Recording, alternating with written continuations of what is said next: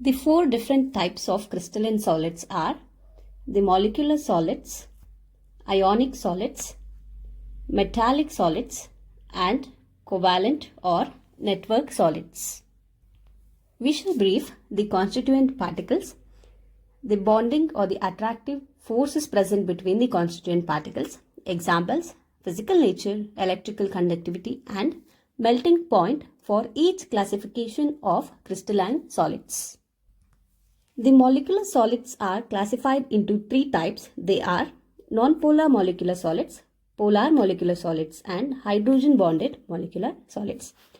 All the three types of molecular solids, the constituent particles are molecules. In case of non-polar molecular solids, the dispersion force or the London forces are acting between the constituent particles. The corresponding examples are argon, carbon tetrachloride, hydrogen, iodine, and carbon dioxide molecule. They are soft in nature and our insulators have very low melting point. Whereas the polar molecular solids, the attraction between the constituent particles is dipole-dipole interactions. The examples are hydrogen chloride, sulfur dioxide.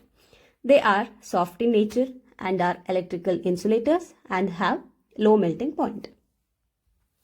The force present between the constituent particles in case of hydrogen bonded molecular solids are hydrogen bonding. Example is ice. They are usually hard in nature, they are insulators and have low melting point. The constituent particles in case of ionic solids, as the name indicates, they are ions. These constituent particles are held together by Coulombic force of attraction or electrostatic force of attraction. Examples are sodium chloride, magnesium oxide, zinc sulfide, calcium fluoride. Their physical nature is that they are hard but are brittle.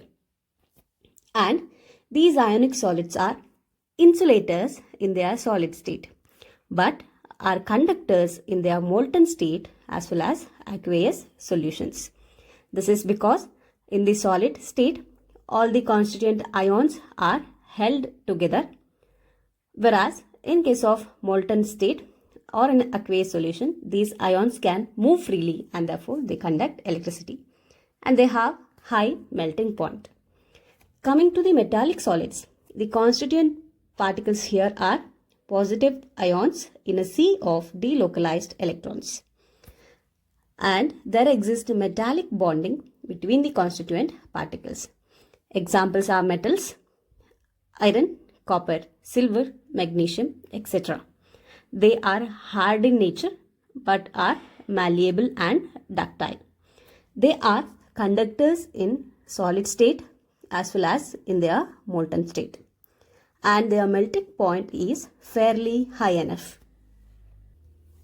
Moving to covalent solids or network solids, the constituent particles here are atoms. These atoms are held together by covalent bonding. Examples are quartz, silicon carbide, and diamond as well as graphite. Usually they are hard in nature and are insulators, have very high melting point.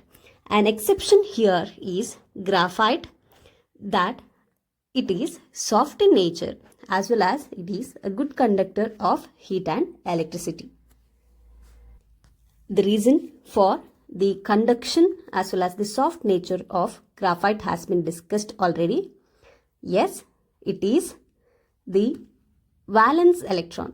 Among the four valence electron, one of the valence electron is free to move about the different layers, and this free electron causes conduction in case of graphite, as well as the different layers that is present in the graphite can slide over one another.